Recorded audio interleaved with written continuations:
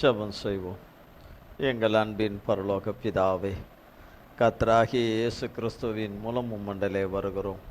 தந்தையே, இந்த நாளுக்குரிய வார்த்தையை எங்கள் தேவ ஆவியானவராகிய பரிசுத்த ஆவியானவராகிய தகப்பன் எங்களுக்கு வழிநடத்தி தந்தருளும்படியாய், போதித்து தந்தருளும்படியாய் கிறிஸ்து இயேசுவின் நாமத்தினாலே தந்தையாகிய ஆவியானவரை தகப்பனே உம்மை அழைக்கிறோம்.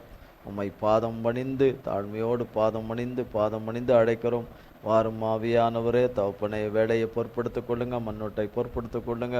மாம்சமும் இரத்தமும் வேதத்தை நீர் கொடாததும் புறமானவைகளும் ஒன்றும் ஒரு காலமும் என்னிலே காணக்கூடாதபடி என் தகப்பனாகிய இயேசு கிறிஸ்துவின் நாமத்தின் அக்கினினாலும் மன்னிப்பின் இரத்தத்தின் அக்கினினாலும் என்னிலே வேரோடு சுட்டரிக்கப்பட்டு போவதாக. தந்தையே, உம்முடைய நாமமும் இரத்தமும் வார்த்தையும் உம்முடைய வசனமும், ஆண்டவரே உம்முடைய தெய்வீக பிரசன்னமும், ஆண்டவரே உம்முடைய அபிஷேகத்தின் நிறைவும், உம்முடைய எண்ணெயின் நிறைவும், ஆண்டவரே உம்முடைய அபிஷேக தைலத்தின் நிறைவும், கிருபா வரங்களின் நிறைவும், உம்முடைய சாரமும் சத்துவமும் பலனும் சுகமும் ஆரோக்கியமும் நித்திய ஜீவ ஒளியும், உம்முடைய அளவற்ற வல்லமையும் வெளிச்சமும் என்னையும் ஆராதனையிலே பங்கு பெறுகிற யாவரையும், லைவில் இணைந்திருக்கிற ஒவ்வொருவரையும் ஆட்கொள்வதாக, ஆளுகை செய்வதாக. உம்முடைய பரிசுத்த நாமம் மட்டுமே எங்கள் பிதாகுமாரன் பரிசுத்த ஆவியானவராய் மூவராய் ஒன்றாய் இருக்கிற எங்கள் இயேசு மகாராஜாவுடைய நாமம் மட்டுமே மகிமைப்படுவதாக. இயேசு கிறிஸ்துவின் மூலம் செபிக்கிறோம் பிதாவே. ஆமேன், ஆமேன், ஆமேன்.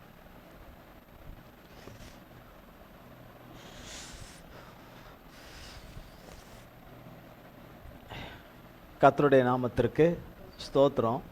கர்த்தராகிய தேவன் நமக்கு கொடுத்த மாலை செய்தி நமக்கு கர்த்தர் பேசிட்டே வரார். நீரே இதை செய்தீர் என்று. இது காரணமும் தேவன் நமக்கு செய்யாமல் இருக்கிறதுனால தேவன் செய்யாமல் போகிறது கிடையாது. தேவன் செய்யாமல் போகிறது கிடையாது. தேவன் நம்மிடத்தில் எதிர்பார்க்கிறபடி நாம் இருக்கணும். தேவன் எதிர்பார்க்கிறபடி நாம் இருக்கணும். தேவனை தான் நாம் அதிகமாக முதன்மையாக விரும்பணும். தேவனை தான், தகப்பனை தான் அதிகமாக விரும்பணும். அவரை நாடணும், அவரை தேடணும். அவரை நாடணும், தேடணும். ஒவ்வொருத்தரும் ஒவ்வொரு விதமாக அவரை தேடுவாங்க. ஆக அவரை தேடணும், அவரை நாடணும். அவர் வரேன்னு சொன்னவர், அவர் பிள்ளைங்க வாழ்க்கையில் வரேன்னு சொன்னவர், எல்லாருக்கும் சொல்லியிருக்கிறாரு இதோ சீக்கிரமாய் வருகிறேன் என்று. அது வேற. ஆனால் அவரவர் வாழ்க்கையில் அவரவர் பிள்ளைகளை விடுவிக்க, மீட்க, ரட்சிக்க, நன்மை செய்ய, அற்புதங்களை செய்ய, அவர்களுக்கு வாக்களித்த வாக்குத்தத்தங்களை நிறைவேற்ற அவர் வருவேன் என்று சொன்னவர். ஒவ்வொரு பிள்ளைகளும் தயாராகிட்டாங்க. அந்த பிள்ளைங்க அவர் சொன்ன வாக்குத்தத்தத்தை சுதந்திரிக்கிறதுக்கு, அவர் சொன்ன நன்மையை சுதந்திரிக்கிறதுக்கு, அவர் வாக்கு பண்ணின ஜெயத்தை சுதந்திரிக்கிறதுக்கு அவங்க கர்த்தரால் உருவாகிட்டாங்கன்னா அடுத்த செகண்டே வந்துடுவார். அப்போ கர்த்தருடைய வார்த்தை அதுதான், நீரே செய்தீர் என்று. விசுவாசத்தோடு சொல்லி கொண்டு வர்றதும் ஒரு விதத்தில் இந்த வார்த்தை இருக்குது. இன்னொரு புறம் கர்த்தர் செய்ததுனால நீரே இதை செய்தீர்ன்னு சொல்கிறதுக்கு இருக்குது. ரெண்டு விதமாக இருக்குது. விசுவாசத்தோடு பெற்றுக்கொள்வதற்கு முன்பதாக நீரே இதை செய்வீர் என்றதுக்கும் செய்தீர் என்பதற்கும் வித்தியாசம் இருக்குது. அப்போ நீரே இதை செய்தீர் என்று சொல்லி கர்த்தரை துதிச்சுக்கிட்டு, கர்த்தரை மகிமைப்படுத்திட்டு, நம்பிக்கை கர்த்தருடைய வார்த்தையினால் பலப்பட்டு, அதில் பலப்பட்டு நாம் வரும் பொழுது நம்ம பின்ன எடுக்கிற காரியங்கள் நிறைய இருக்குது. நம்மை தேவனை தேடாதபடி, நாடாதபடி, தேவனிலே நாம் தொடர்ந்து பயணம் செய்யாதபடி நமக்கு முட்டுக்கட்டைகள் நிறைய, இடைஞ்சல்கள், இடையூறுகள் நிறைய இருக்குது. சிலது வேலிடான ரீசனாக இருக்குது, அதாவது உண்மையான ரீசனாக இருக்குது. சிலது வேறு வழி இல்லையே, கட்டாயத்தின் அடிப்படையில் சிலவற்றுக்கு கட்டுப்பட வேண்டியதாக இருக்குது என்கிற நிலையில் இருக்கிறவர்களும் இருப்பாங்க. எந்த நிலையில் இருந்தாலும் அதிலிருந்து கர்த்தர் விடுவிச்சு கொண்டு வர்றதுக்கு கர்த்தர்கிட்ட தான் கேட்கணும்.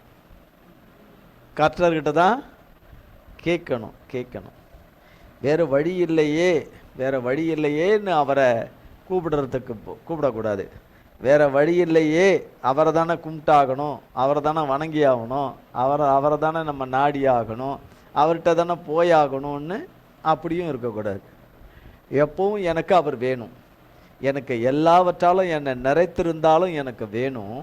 நான் முற்றிலும் குறைவுள்ளவனும் இல்லை, ஒன்றுமே இல்லைன்னாலும் அவர் எனக்கு வேணும். ஆக எல்லா கால சூழ்நிலை வேளையிலும் அவர் எனக்கு வேணும். ஆமென். அவர் எனக்கு வேணும் வேணும். அவர் என்னிடத்துலேருந்து நிறைய எதிர்பார்க்குறாரு. என்னால் முடியாததை அவர் எதிர்பார்க்க மாட்டார்.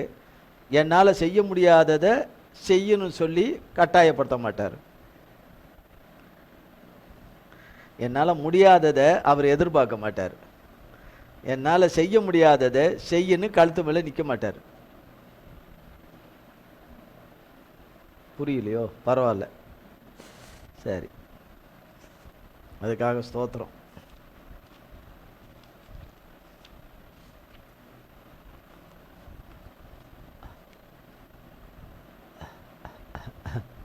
ரெண்டு நாளாகமத்தின் புஸ்தகத்தை திருப்பிக்கும். கடந்த முறை வாசித்தோன்னு நினைக்கிறேன். 2 நாளாகமம்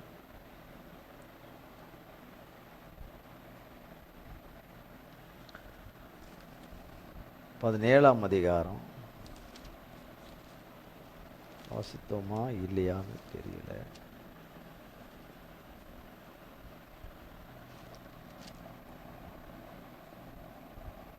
ஆமாம், வாசித்தோம். யோபின் புஸ்தகம் 33ஆம் அதிகாரம். யோபு 33ஆம் அதிகாரம் 12ஆம் வசனம்.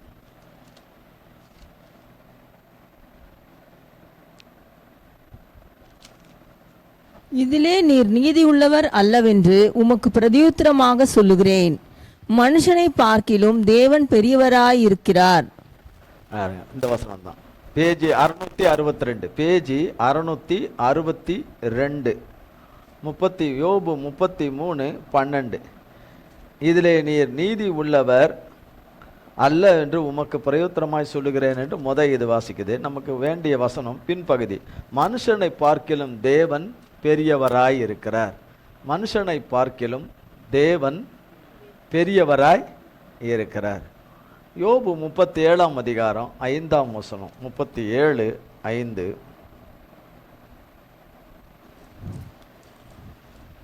தேவன் தம்முடைய சத்தத்தை ஆச்சரியமான விதமாய் குமுற பண்ணுகிறார்.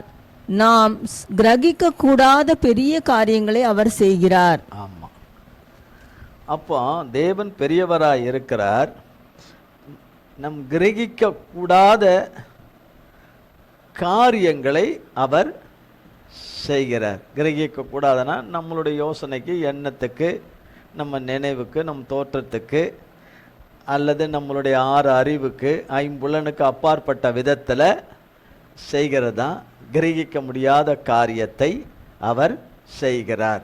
கர்த்தர் செய்வார்ல, செய்கிறார் என்று. எரேமியாவின் புஸ்தகம் 33ஆம் அதிகாரம் 3ஆம் வசனம்.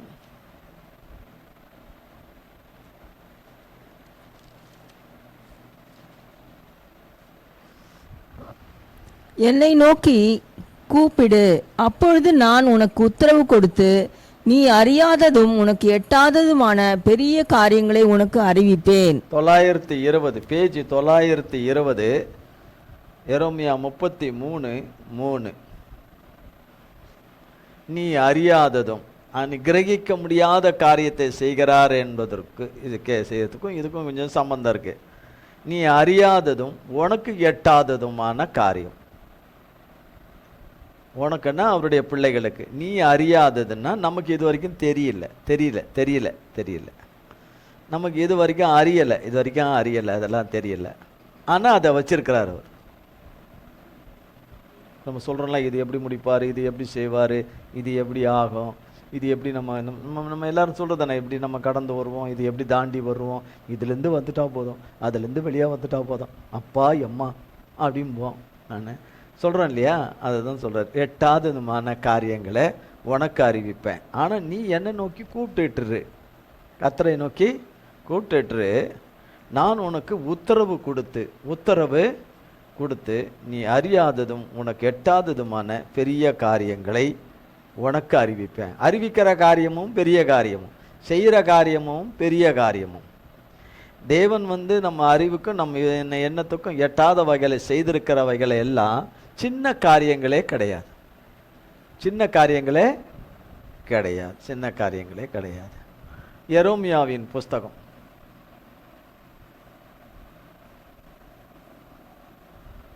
50ஆம் அதிகாரம் 9-10. 50ஆம் அதிகாரம்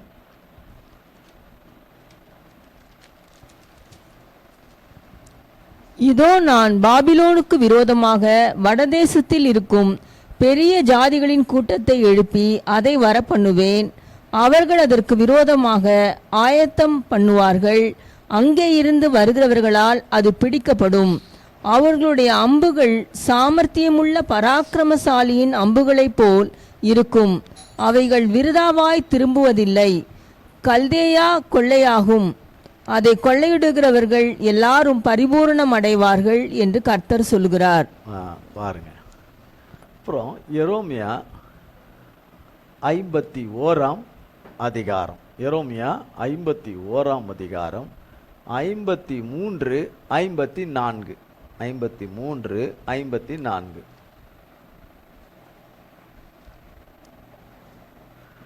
வெளியிட்டு போடலையோ?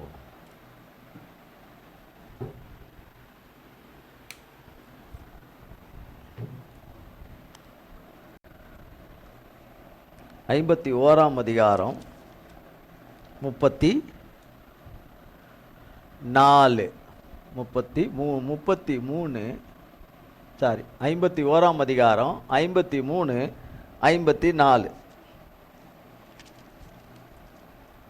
54. 54 பாருங்க.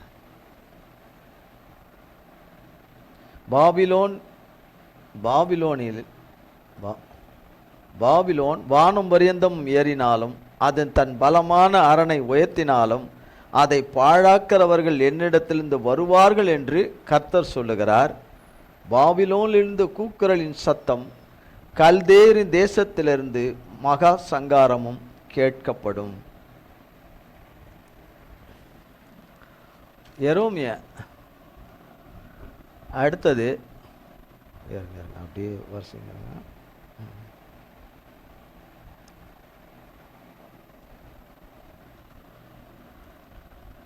எபிரேயர் 6ஆம் அதிகாரம். எபிரேயர் 6ஆம் அதிகாரம்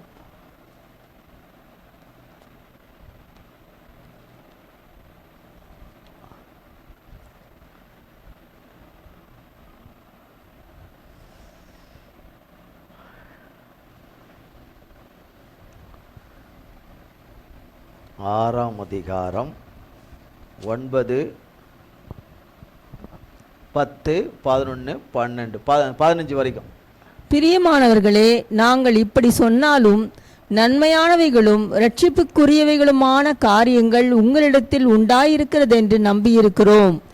ஏனென்றால் உங்கள் கிரியையையும் நீங்கள் பரிசுத்தவான்களுக்கு ஊழியம் செய்ததினாலும் செய்து வருகிறதினாலும் தமது நாமத்திற்காக காண்பித்த அன்புள்ள பிரயாசத்தையும் மறந்து விடுகிறதற்கு தேவன் அநீதி உள்ளவர் அல்லவே.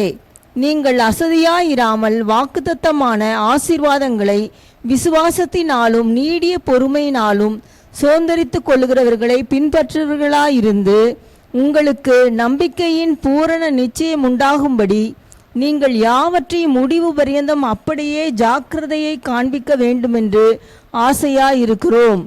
ஆபிரகாமுக்கு தேவன் வாக்குத்தத்தம் பண்ணின போது ஆணையிடும்படி தம்மிலும் பெரியவர் ஒருவரும் இல்லாதபடியினாலே தமது பேரிலே தானே ஆணையிட்டு, நிச்சயமாக நான் உன்னை ஆசீர்வதிக்கவே ஆசீர்வதித்து உன்னை பெருகவே பெருக பண்ணுவேன் என்றார்.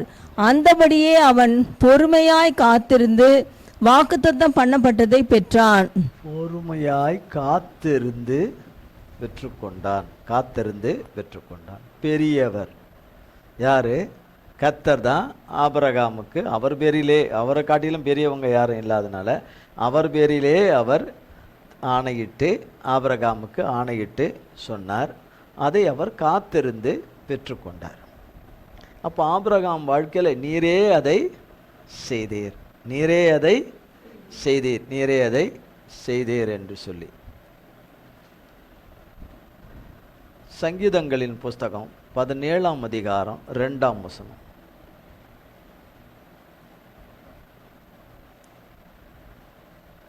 சங்கீதங்களின் புஸ்தகம் 117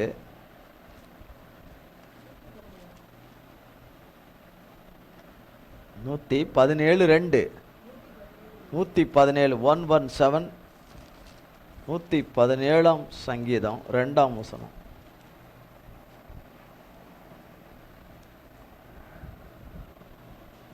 அவர் நம்மேல் வைத்த கிருபை பெரியது, கர்த்தரின் உண்மை என்றென்றைக்கும் உள்ளது. அல்லேலுயா. பேஜி 744. அவர் நம்மேல் வைத்த கிருபை பெரியது. அப்போ எங்கே பார்த்தாலும் அவர் நம்மேல் கொடுக்கிற கிருபையும் பெருசு. அவருடைய பிள்ளைகளை எண்ணி நினைத்து அவரவரை அடைத்த அடைப்புக்கு தக்க அவர் செய்து வைத்திருக்கிற காரியமும் அவருடைய கிரியைகளும் செயல்களும் பெரியவைகளாய் இருக்குது. ஆதியாகமத்தின் புஸ்தகம், ஆதியாகமம்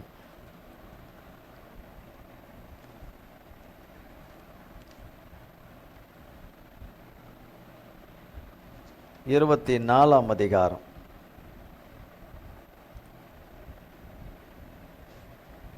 10ஆம் வசனத்தில் இருந்து பாருங்க. பின்பு அந்த ஊழியக்காரன் தன் எஜமானுடைய ஒட்டகங்களில் 10 ஒட்டகங்களை தன்னுடனே கொண்டு போனான். தன் எஜமானுடைய சகலவித உச்சிதமான பொருள்களும் அவன் கையில் இருந்தன. அவன் எழுந்து புறப்பட்டு போய் மொசபத்தேமியாவிலே நாகோருடைய ஊரில் சேர்ந்து ஊருக்கு புறம்பே ஒரு தண்ணீர் துறவண்டையிலே தண்ணீர் மொள்ள ஸ்திரீகள் புறப்படுகிற சாயங்கால வேளையிலே ஒட்டகங்களை மடக்கி தனக்குள்ளே சொல்லிக் கொண்டது என்னவென்றால், என் எஜமானாகிய ஆபிரகாமுக்கு தேவனாயிருக்கிற கர்த்தாவே, இன்றைக்கு நீர் எனக்கு காரியம் சித்திக்க பண்ணி என் எஜமானாகிய ஆபிரகாமுக்கு தயவு செய்தருளும். இதோ நான் இந்த தண்ணீர் துறவண்டையிலே நிற்கிறேன். இந்த ஊராருடைய பெண்கள் தண்ணீர் மொள்ள புறப்பட்டு வருவார்களே, நான் குடிக்க உன் குடத்தை சாய்க்க வேண்டும் என்று நான் சொல்லும் போது குடி என்றும் உன் ஒட்டகங்களுக்கும் குடிக்கும்படி வார்ப்பேன் என்றும் சொல்லும் பெண் எவளோ அவளே நீர் உம்முடைய ஊழியக்காரனாகிய ஈசாக்குக்கு நியமித்தவளாயிருக்கவும் என் எஜமானுக்கு அனுகிரகம் செய்தீர் என்று நான் அதனாலே அறியவும் செய்தருளும் என்றான். இங்கே சொல்றார் இல்லையா, அனுக்கிரகம் நீரே அதை செய்தீர் என்று எனக்கு அறிய பண்ணுங்க. இது தெரியும், கடந்த வாரம் சொன்னார், கடந்த வாரம் விரிவாக சொன்னார். ஆபிரகாமுக்கு கர்த்தர் வயதான காலத்தில் ஒரு பிள்ளைய, வாக்குத்தத்தம் பண்ணன் பிள்ளைய ஈசாக்க கொடுத்தார். அது அவருடைய சித்தம், ஒரு திட்டம். அது கொடுத்தார். அவருக்கு 100 வயது இருக்கும்போது கொடுத்தார். இப்போ அவருக்கு திருமணம் பண்ணணும். இப்போ அவருக்கு 40 வயது. என்ன வயது? 40 வயது. 40 வயது. இன்றைய காலகட்டத்துக்கு அது பொருந்தாதது மாதிரி தெரியுது. 40 வயதுன்றது, 40 வயது என்பது. அப்போ கர்த்தர் அவருக்கு பதில் வார்த்தை ஈசாக்குக்கு, பெண்ணு பாரு, பெண்ணு பாரு, நீ பாரு, நான் உன்னோடு இருந்த நடத்துவேன்னு வார்த்தை கொடுத்துருந்தா அவர் செய்ய ஆரம்பிச்சிருப்பார். ஆனால் கர்த்தருடைய வார்த்தைக்கு காத்திருந்தார். வார்த்தை கிடைக்கல. இந்த வார்த்தை கிடைக்கிறதுக்கு அந்த காலகட்டங்களுக்கு இடையிலேயே சாராள் மரிச்சிடுறாங்க. ஆபிரகாமுடைய மனைவி, ஈசாக்குடைய தாய் சாராள் 127வது வயதில் மரித்திடுறாங்க. அப்படி என்றால் சாராள் ஈசாக்கை பெற்றெடுக்கும் போது 90 வயது.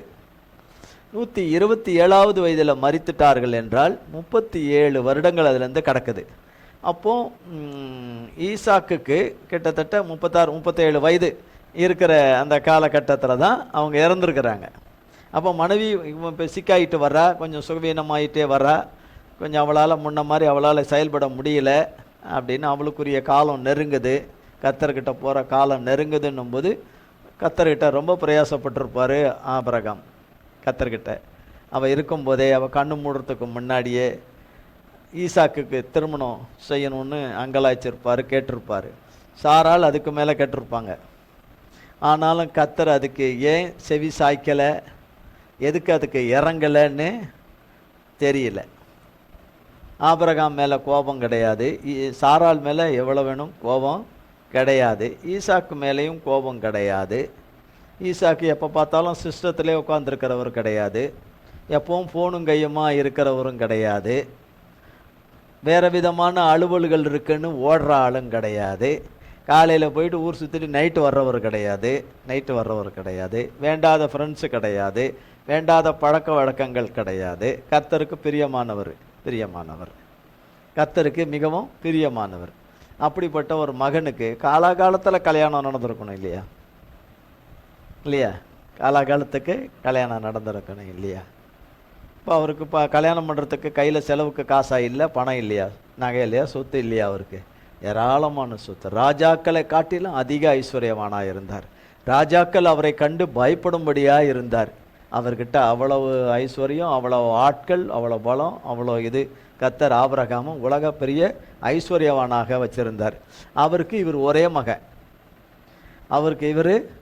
ஒரே மகன் அப்படின்னும்போது ஆனால் கர்த்தர் என்ன செய்யலை, பதில் கொடுக்கலை.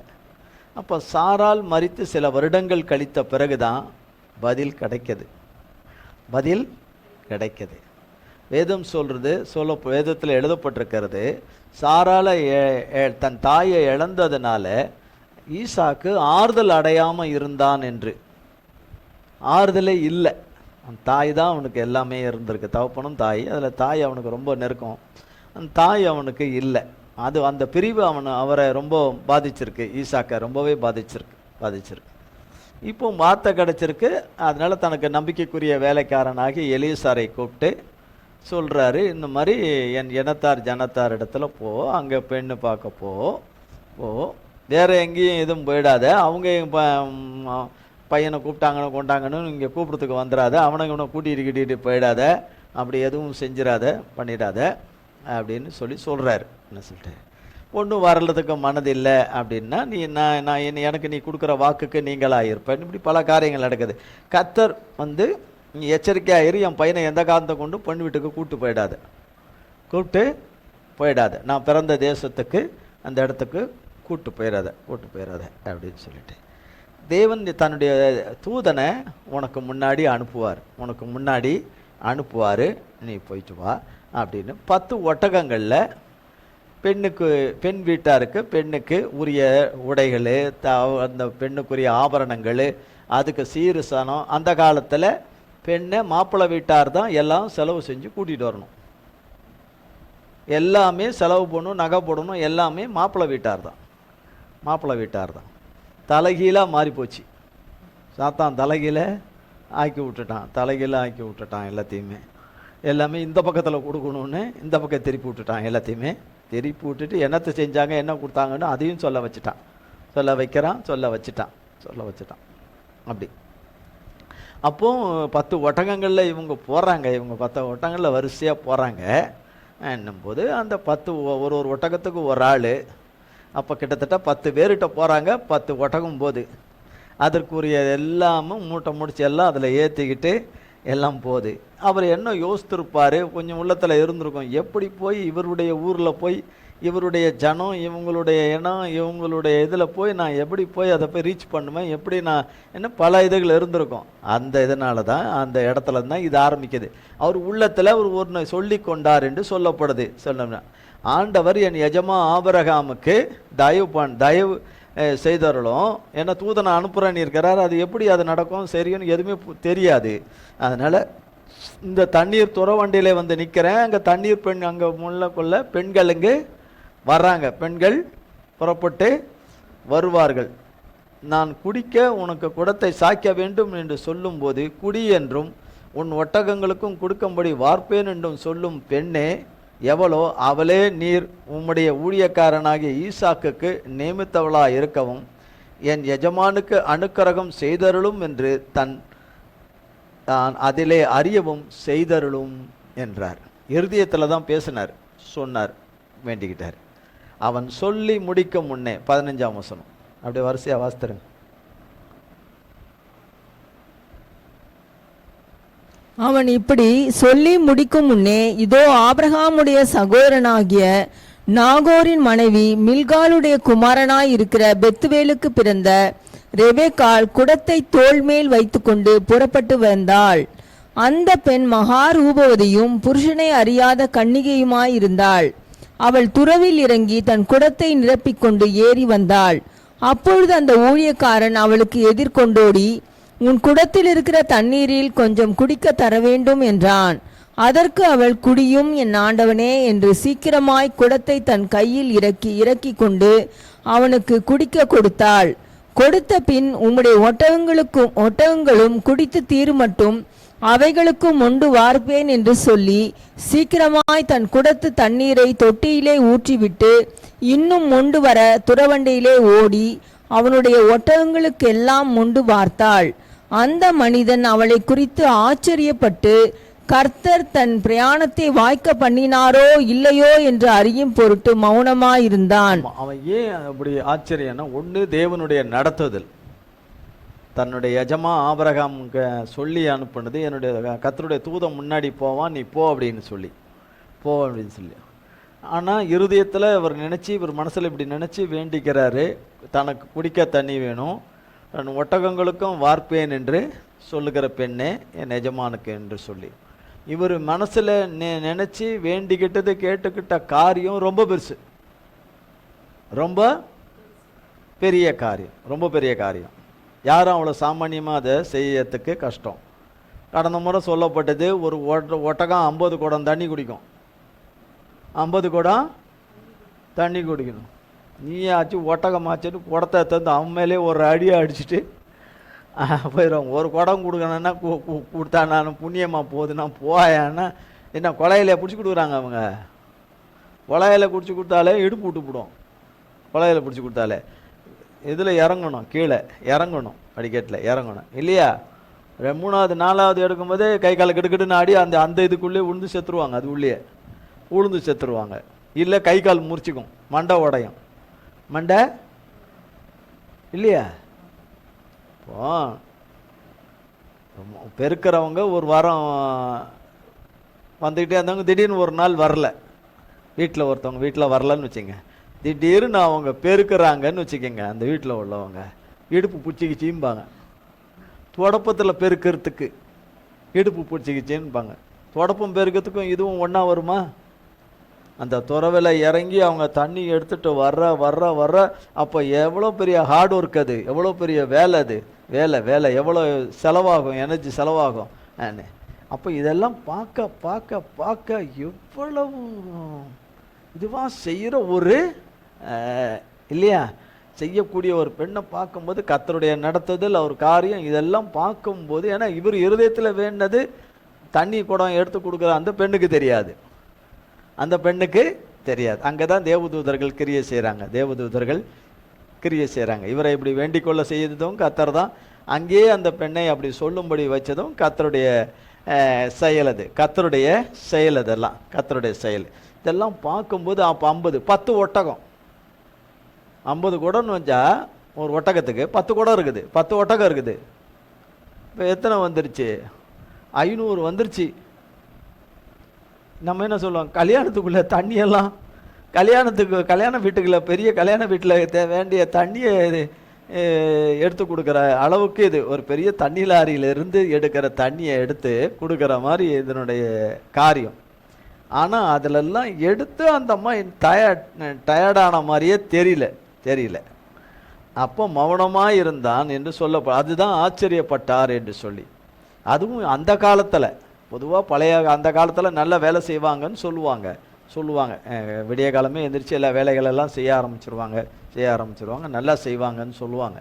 ஆனால் இது ரொம்ப பழைய காலம், பல ஆயிரக்கணக்கான ஆண்டுகளுக்கு முந்தி நடந்த சம்பவம் சொல்லிட்டு அவரே அந்த காலத்தில் இருக்கிறவரே அவர் ஆச்சரியப்படுவாரானால் இப்போ நமக்கு அதை இப்படி விலைக்கு சொல்கிறோம், இது 50 குடம், இது மொத்தம் 500 குடம்னு ஒரு கணக்கு போட்டு சொல்கிறோம். ஆனால் அந்த காலத்தில் அந்த கணக்கு இருந்திருக்குமான்னு நமக்கு தெரியாது. 22ஆம் வசனம், ஒட்டகங்கள் குடித்து தீர்த்த பின் அந்த மனிதன் 1/2 சேக்கல் எடையுள்ள பொற்காதணியையும் அவள் கைகளுக்கு 10 சேக்கல் எடை பொன்னுள்ள 2 கடகங்களையும் எடுத்து கொடுத்து, நீ யாருடைய மகள் எனக்கு சொல்ல வேண்டும். ஒரு 25 பவுன் எடுத்து கொடுத்துட்டு அந்த பெண்ணுக்கு தண்ணி எடுத்து கொடுத்ததுக்கு ஒரு 25 பவுன் கொடுக்குறாரு. உண்மை, 25 பவுன் கொடுக்குறாரு.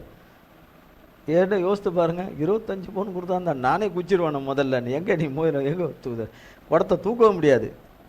அப்போ கர்த்தர் கொடுத்துற சித்தத்தில்னால அந்த காரியம் நடந்திருக்கு. அதை கொடுக்குறாரு. கொடுத்துட்டு அந்த பெண்ணுக்கு அதை கொடுக்குறாரு. நீ யாருடைய மகளை எனக்கு சொல்ல வேண்டும் என்று கேட்கிறார். நாங்கள் உன் தகப்பன் வீட்டில் ராத்தங்க இடம் உண்டா என்றான். அதற்கு அவள், நான் நாகோருக்கு மில்கால் பெற்ற குமாரனாகிய பெத்துவேலின் மகள் என்று சொன்னதுமன்றி, எங்களிடத்தில் வைக்கோலும் தீவனமும் வேண்டிய மட்டும் இருக்கிறது, ராத்தங்க இடமும் உண்டு என்றாள். அப்பொழுது அந்த மனிதன் தலைகுனிந்து கர்த்தரை பணிந்து கொண்டு, என் எஜமானாகிய ஆபிரகாமின் தேவனாய் இருக்கிற கர்த்தருக்கு ஸ்தோத்திரம். அவர் தம்முடைய கிருபையையும் தம்முடைய உண்மையையும் என் எஜமானை விட்டு நீக்கவில்லை. நான் பிரயாணம் பண்ணி வருகையில் கர்த்தர் என் எஜமானுடைய சகோதரர் வீட்டுக்கு என்னை அழைத்து கொண்டு வந்தார் என்றான். அந்த பெண் ஓடி இந்த காரியங்களை தன் தாயின் வீட்டில் உள்ளவர்களுக்கு அறிவித்தாள். ரெபேக்காளுக்கு ஒரு சகோதரன் இருந்தான். அவனுக்கு லாபான் என்று பேர். அந்த லாபான் வெளியே துறவண்டையில் இருந்த அந்த மனிதனிடத்துக்கு ஓடினான். அவன் தன் சகோதரி தரித்திருந்த அந்த காதணியையும் அவள் கைகளில் போட்டிருந்த கடகங்களையும் பார்த்து, இன்னபடி அந்த மனிதன் என்னோடே பேசினான் என்று தன் சகோதரி ரெபேக்காள் சொன்ன வார்த்தைகளை கேட்ட மாத்திரத்தில் அந்த மனிதனிடத்தில் வந்தான். அவன் துறவு அருகே ஒட்டகங்கள் அண்டையில் நின்று கொண்டிருந்தான். அப்பொழுது அவன், கர்த்தரால் ஆசீர்வதிக்கப்பட்டவரே, உள்ளே வாரும், நீர் வெளியே நிற்பானேன், உமக்கு வீடும் ஒட்டகங்களுக்கு இடமும் ஆயத்தம் பண்ணியிருக்கிறேன் என்றான். இதுதான் போன வாரம் வரைக்கும் பார்த்தோம். இப்ப பாருங்க 32. அப்பொழுது அந்த மனிதன் வீட்டுக்கு போனான். லாபான் ஒட்டகங்களின் கட்டவிழ்த்து ஒட்டகங்களுக்கு வைக்கோலும் தீவனமும் போட்டு, அவனும் அவனோடே வந்தவர்களும் தங்கள் கால்களை கழுவிக்கொள்ள தண்ணீர் கொடுத்தான். பின்பு அவனுக்கு முன்பாக போஜனம் வைக்கப்பட்டது. அப்பொழுது அவன், நான் வந்த காரியத்தை சொல்லும் முன்னே புசிக்க மாட்டேன் என்றான். அதற்கு அவன், சொல்லும் என்றான். அப்பொழுது அவன், நான் ஆபிரகாமுடைய ஊழியக்காரன், கர்த்தர் என் எஜமானை மிகவும் ஆசீர்வதித்திருக்கிறார், அவர் சீமானாய் இருக்கிறார்.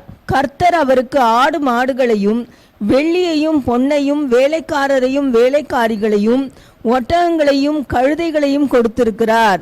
என் எஜமானுடைய மனைவியாகிய சாராள் முதிர் வயதான போது என் எஜமானுக்கு ஒரு குமாரனை பெற்றாள். அவர் தமக்கு உண்டான யாவையும் அவனுக்கு கொடுத்திருக்கிறார்.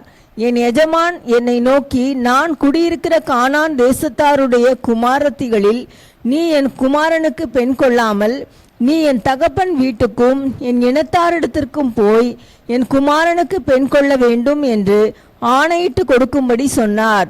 அப்பொழுது நான் என் எஜமானை நோக்கி, ஒருவேளை இந்த பெண் என் பின்னே வராதே போனாலோ என்று கேட்டதற்கு அவர், நான் வழிபடும் கர்த்தர் உன்னோடே தம்முடைய தூதனை அனுப்பி உன் பிரயாணத்தை வாய்க்க பண்ணுவார். என் இனத்தாரிடத்திலும் என் தகப்பன் வீட்டிலும் நீ என் குமாரனுக்கு பெண் கொள்வாய்.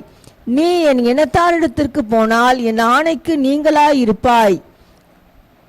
அவர்கள் உனக்கு பெண் கொடாமற் போனாலும் நீ என் ஆணைக்கு நீங்களாயிருப்பாய் என்றார். அப்படியே நான் இன்று துறவண்டையிலே வந்து, என் எஜமானாகிய ஆபிரகாமின் தேவனாகிய கர்த்தரே, என் பிரயாணத்தை நீர் இப்பொழுது வாய்க்க பண்ணுவீரானால், இதோ நான் தண்ணீர் துறவண்டையிலே நிற்கிறேன். தண்ணீர் மொள்ள வரப்போகிற கன்னிகையை நான் நோக்கி, உன் குடத்தில் இருக்கிற தண்ணீரில் கொஞ்சம் எனக்கு குடிக்க தர வேண்டும் என்று கேட்கும்போது, நீ குடி என்றும் உன் ஒட்டகங்களுக்கும் உண்டு வார்ப்பேன் என்றும் சொல்லும் பெண்ணே, கர்த்தனை எஜமானுடைய குமாரனுக்கு நியமித்த ஸ்திரீயாக வேண்டும் என்றேன். நான் இதை என் இருதயத்திலே சொல்லி முடிக்கும் முன்னே, இதோ ரெபேக்காள் தன் குடத்தை தோள் மேல் வைத்து கொண்டு புறப்பட்டு வந்து துறவில் இறங்கி போய் தண்ணீர் மொண்டாள். அப்பொழுது நான், எனக்கு குடிக்க தர வேண்டும் என்றேன். அவள் சீக்கிரமாய் தன் தோள் மேலிருந்த குடத்தை இறக்கி, குடியும். குடம் எங்கே இருந்துருக்குது?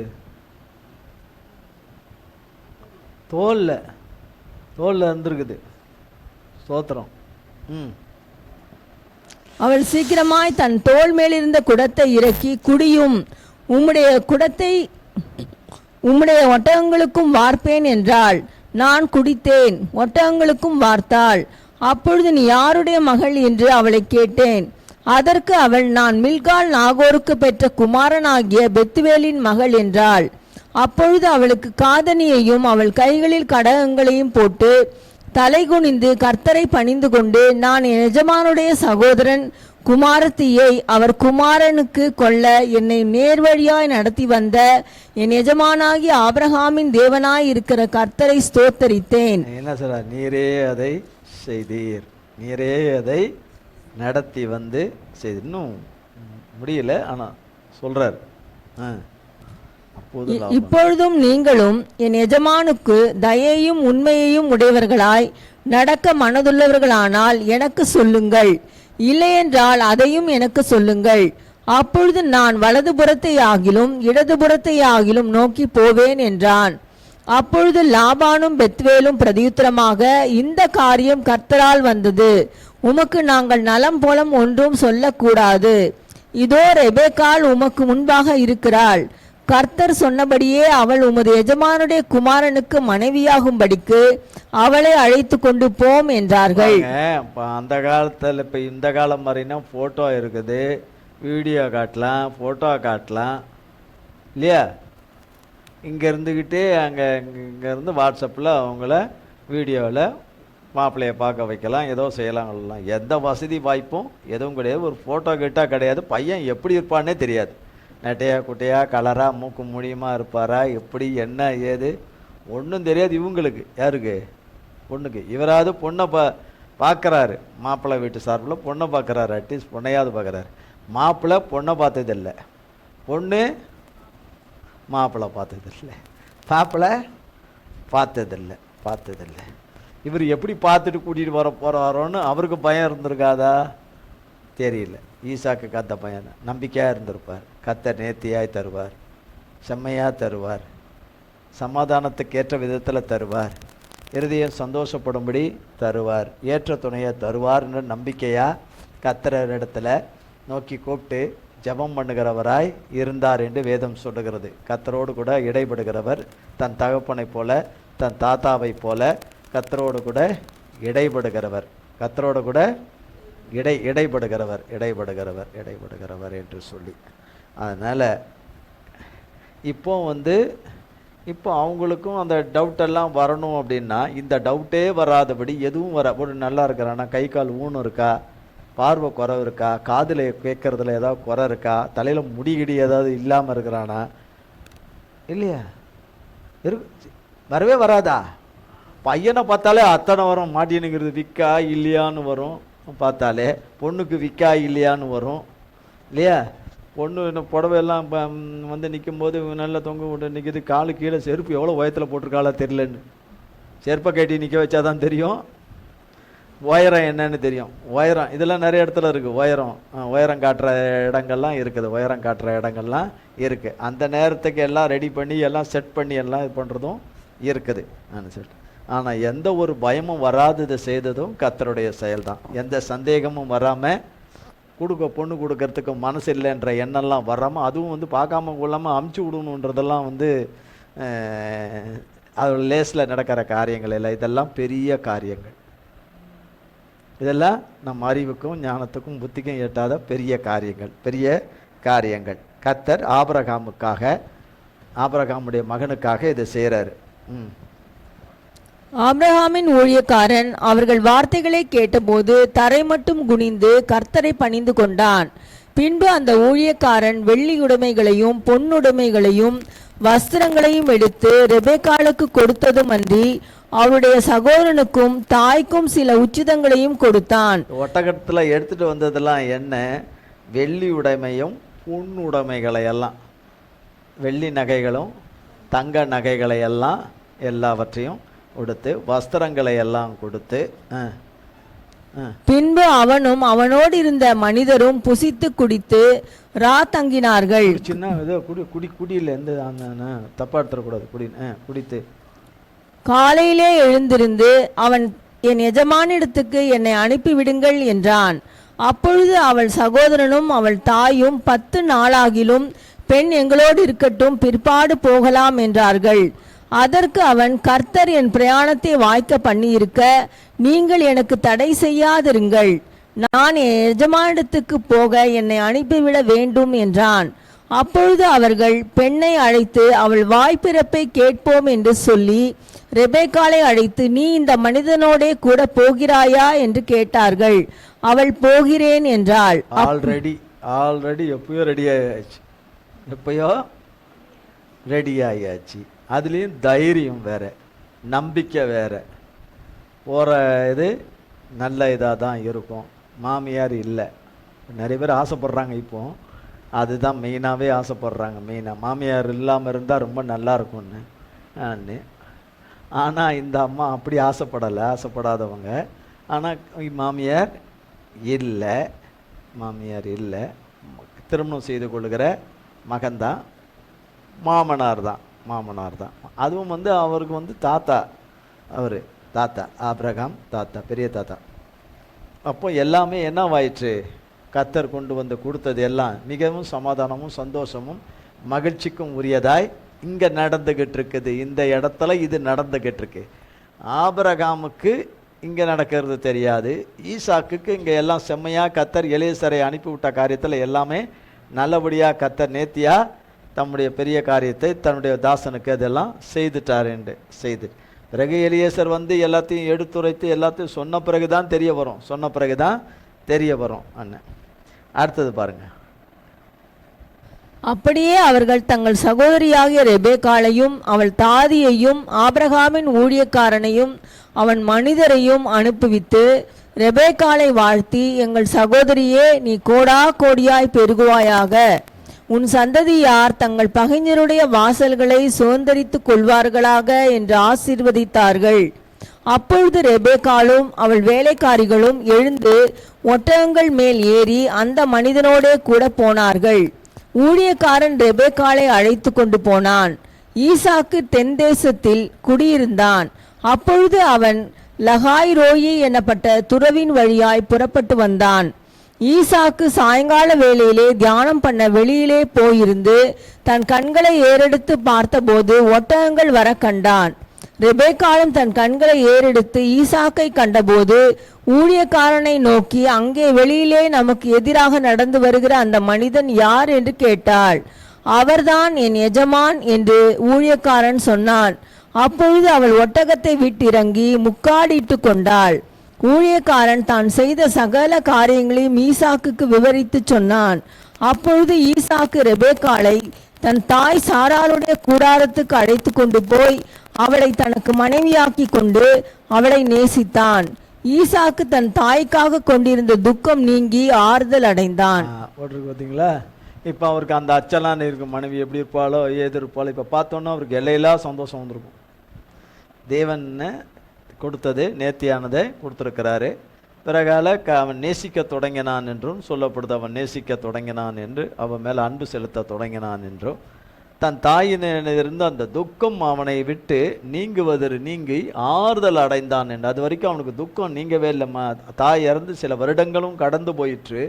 அந்த பிரிவு அவனை ரொம்பவும் பாதித்த அந்த பாதிப்பு அவனை விட்டு நீங்கும்படியான ஒரு துணையை கர்த்தர் ரெபேக்காளை கர்த்தர் கொடுத்தார். அப்போ எல்லாமே நீரே செய்து, ஈசாக் காரியத்தில் ஈசாக்கு சொல்லியிருப்பார், நீரே அதை செய்தீர் ஆண்டவரே. ஆபிரகாம் சொல்லியிருப்பார், நீர் எனக்கு என்ன சொன்னீரோ, உம்முடைய நல்வார்த்தை ஒன்று கூட தவறலை, உம்முடைய சொல் ஒன்று கூட தவறலை, நீர் எனக்கு சொன்னபடியே ஆண்டவரே நீர் அடியானுக்கு செய்தருளினீர், உம்முடைய மகனாகிய ஈசாக்குக்கு அதை செய்தருளினீர் என்று செய்தருளின்னு சொல்லிட்டு. அப்போ ரெபேக்காலும் என்ன யோசித்திருப்பாங்கன்னா, அவங்க வீட்டாரெலாம் அந்த சம்பாஷணைகள் அங்கே என்ன பண்ணியிருந்திருப்பாங்கன்னு நமக்கு தெரியாது, இங்கே எழுதப்படலை, நமக்கு தெரியாது. அனுப்பிவிடத்துக்கு முன்னாடி நாகோரும் இந்த பெண்ணுடைய தாத்தா, அதாவது பெத்துவேல், அதாவது இந்த ரெபேக்காலுடைய அப்பா பேர் பெத்துவேல். பெத்துவேலுடைய அப்பா பேர் நாகோர், அதாவது இந்த பெண்ணுக்கு தாத்தா பேர் நாகோர். ஆபிரகாம், நாகோர், ஆரோன் இவங்கெல்லாம் அண்ணன் தம்பிங்க, அண்ணன் தம்பிங்க. ஆபிரகாம் மூத்தவர், நாகோர் அடுத்தவர், அதுக்கு அடுத்தது ஆரோன், கடைசி ஆள் ஆரோன். அப்போ இவர் பெரிய தாத்தா. அப்போ இந்த தாத்தா, இப்படி ஒரு தாத்தா இருக்கிறாரு, அவரை கத்தரை அழைச்சாராம், கொண்டாராம். தாத்தா தன்னுடைய சொத்து பொத்துகள் ஆஸ்திகள் அதெல்லாம் எடுத்துகிட்டு எல்லாம் புறப்பட்டு கிளம்பி போயிட்டாங்க. ரொம்ப வருஷங்கள் ஆயிடுச்சு, கடந்து போயிட்டாங்க, கடந்து போனாங்கன்னு. இப்போ கடந்து போனாங்க, என்னது கடந்து போனாங்க? எத்தனாவது வயசில் கடந்து போனார் ஆபிரகாம் கத்தரை அழைச்சி? 75வது வயதில். இப்போ அதெல்லாம் நீங்கள் அதெல்லாம் யோசித்து சொல்லணும், உங்களுக்கு அது இது அதெல்லாம் சொல்கிறதெல்லாம் சரி வராது. அதனால் நம்மளே எல்லாமே சொல்லிடுறது தான் நல்லது. 75வது வயதில் கத்தரை அழைத்தார், 75வதுல கத்தரை அழைத்தார், 100வது வயதில் ஈசாக் பிறந்தார். இப்போ ஆபிரகாமுக்கு 140 வயது இருக்கும்போது தான் இந்த சம்பவம் இங்கே நடக்குது. ஆபிரகாமுக்கு 140. அப்போ 75ல் ஒரு 25, நீங்கள் இந்த 100க்குள்ளே இருக்கிறது ஒரு 25 40 சேர்த்தா 65 வருடம். எத்தனை வருடம்? அப்போ ரெபேக்கால் கிட்ட அவங்க குடும்ப ஸ்டோரிகளை சொல்லியிருந்தாங்கன்னா, தாத்தா 65 வருஷத்துக்கு முன்னாடி என்ன செய்தார்? கத்தர் அழைத்தார் என்று புறப்பட்டு போயிட்டார். புறப்பட்டு போனார். புறப்பட்டு போய் அவர் வேறு தேசத்தில் எங்கே இருந்திருக்காரு, எப்படி இருக்கிறாரோ, நலமாக இருக்கிறாரா, இல்லை உயிரோடு இருக்கிறாரா இல்லையா, என்ன ஏதுன்னு இவங்களுக்கு எதுவும் தெரியாது. இப்போ 65 வருடத்துக்கு முன்னாடி, எத்தனை வருடத்துக்கு? அப்போ இந்த பிள்ளை, இந்த ரெபேக்காலுடைய அண்ணனோ பிறந்திருப்பாங்களா? அவ்வளோ வயசு இருக்குமா? 65 வயசு இருக்குமா இவங்களுக்கு? கல்யாணம் ஆக போகுது இவங்களுக்கு. ரெபேக்காலுக்கு கல்யாணம் ஆக போகுது. கல்யாண வயசு 65 வயசாக இருக்கும்? இல்லை. அப்போ அவங்க அப்பா பெத்துவேலு இருக்கிறாரு, அவருக்கே சின்ன வயசு தான் இருந்திருக்கும். பெத்துவேலுக்கே என்ன வயசு இருந்திருக்கும்? சின்ன வயசு தான் இருந்திருக்கும். பெத்துவேலுக்கு சின்ன வயசு தான் இருந்திருக்கும்.